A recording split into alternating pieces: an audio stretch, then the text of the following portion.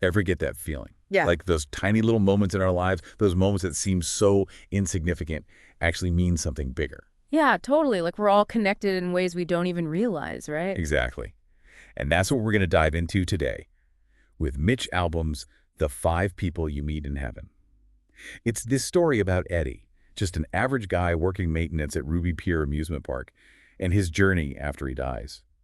He meets five people who had a huge impact on his life, but not always in ways he'd expect. What I find so fascinating is how Album takes this totally normal setting, an amusement park, to get into some seriously deep ideas about life, death, and how we all affect each other. He takes Eddie, a pretty regular dude, and puts him in these situations that make him rethink everything. Oh, for sure. And the book isn't afraid to ask the hard questions either, like Eddie's regrets, his guilt, the things he never understood about love and loss. But through these five encounters, he starts to see the bigger picture, a purpose he never quite grasped when he was alive. And you know what's really cool? The people Eddie meets, they're not all like saints or big shots in his life. Some were barely acquaintances, some he wished he'd never met. But each one reveals a piece of the puzzle, showing how their lives were all tangled up with his in ways he never imagined. Okay, so let's break down these encounters. First up is the Blue Man, a sideshow performer Eddie remembers from when he was a kid. Accidentally, Eddie caused the Blue Man's death, and it's something that's stuck with him for years.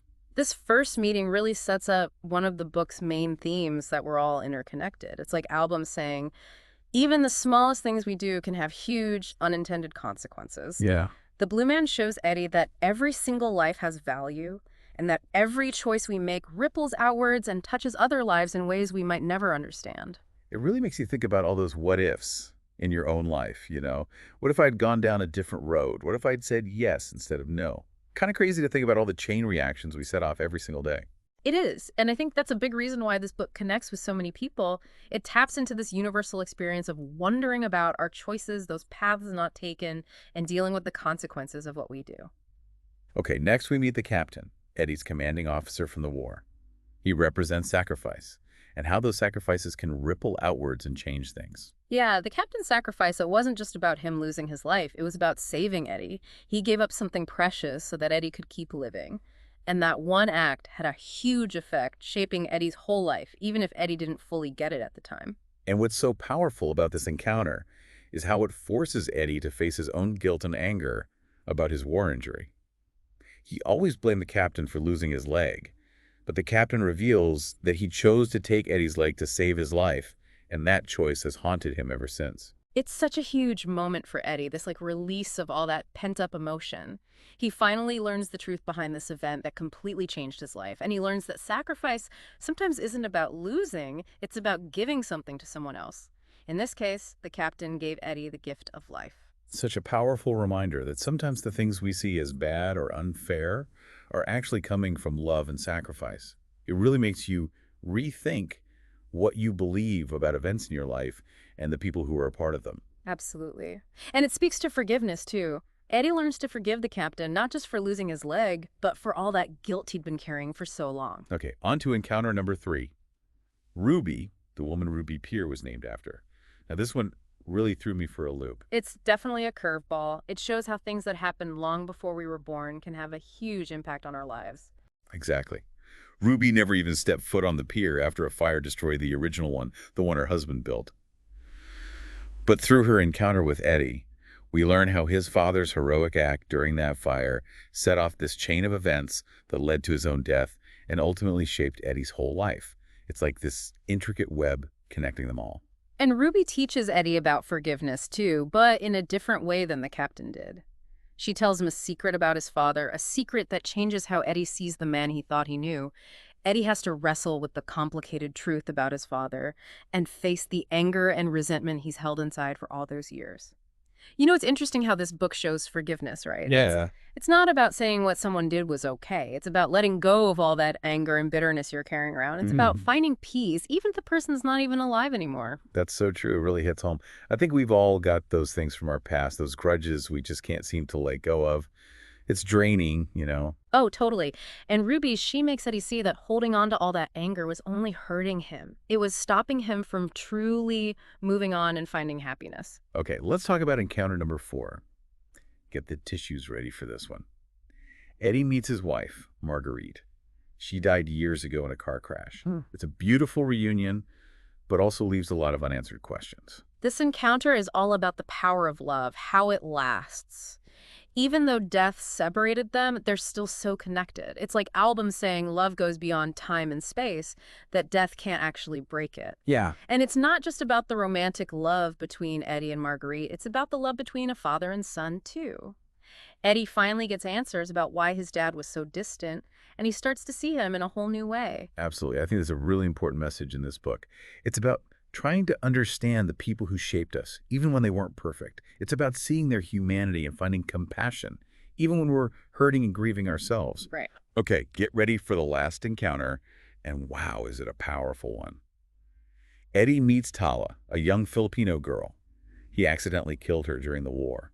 It's both heartbreaking and life-changing. Yeah, this is where all the book's big themes come together. Purpose, forgiveness, the impact of our actions. Eddie's eaten up with guilt over Tala's death, but she teaches him something profound about heaven and what his own life really meant. It's true. She shows him heaven isn't about some pearly gates and clouds. It's about growing as a person, about understanding. It's about facing your past, coming to terms with the choices you made, and finally finding peace. And Tala reveals something incredible to Eddie. She tells him that he didn't actually pull that little girl to safety at the pier. He pushed her, used every last bit of strength he had to save her from the falling ride cart. Those hands he felt as he died, those were Tala's guiding him to heaven. Wow, talk about a full circle moment. Everything just clicks into place. His death, it wasn't some random accident. It was him being a hero. One last act of sacrifice, just like the captain's, bringing him face to face with the little girl he saved. And it shows that every life has a purpose, even if we can't see it clearly ourselves. Eddie spent his life fixing rides at an amusement park. Seems so ordinary, but what he was really doing was way bigger than he ever realized. He was protecting those kids, making sure their laughter and joy continued. You know, it's funny how amusement parks were all about fun and escape, but Albom uses it to explore these really deep, profound ideas about life and death. It is, isn't it? He takes this setting that seems lighthearted, almost frivolous, and makes it this metaphor for the human experience. We're all on these rides, going up and down, feeling joy and sorrow, connected to each other in ways we don't even understand. I think that's the real power of this book. It reminds us that even the most normal, everyday lives have meaning, that our choices matter, and that love and forgiveness can heal even the deepest wounds. So, wow, we just went on this journey with Eddie through these 5 incredibly powerful encounters. I'm sitting here thinking about my own life, the people I've met, the choices I've made, the impact I might be having without even knowing it. You know, that's what's so amazing about the 5 people you meet in heaven. It makes you look past the surface, past the everyday stuff. Yeah. It's like Albom saying, hey, pay attention. There's way more to your story than you think, and there's more to everyone else's story, too. It's so true. It makes you realize that every little interaction, even the boring ones, could have some deeper meaning. Totally. It's like that saying, we're all just walking each other home, right? Right. Every single person we meet, every relationship, it's all a part of this huge interconnected tapestry of life. And even though this whole book takes place in this fantastical heaven, it's really about what it means to be human right here on Earth. Right. It's about learning to appreciate how beautiful and complex our relationships are and seeing the huge impact we have on each other. Absolutely. One of those powerful things I take away from this book is that our lives have this ripple effect. Eddie thought his life was simple, even meaningless. But as he goes through these encounters, he learns that his actions had consequences that went way beyond what he could have imagined. It really makes you think, doesn't it? To realize that even a tiny act of kindness or even a moment of anger can set off this chain reaction that we might never fully grasp. Yeah, it's humbling. Makes you wonder about your own legacy, too. Right. What mark are you leaving on the world? What will people remember you for? It Yeah. doesn't have to be some big heroic thing. It could be as simple as a smile, a kind word, or just lending a hand. The 5 People You Meet in Heaven. It's a comforting book, but it's also a challenge. It is. It comforts us by saying our lives have meaning and purpose, even if we can't see it.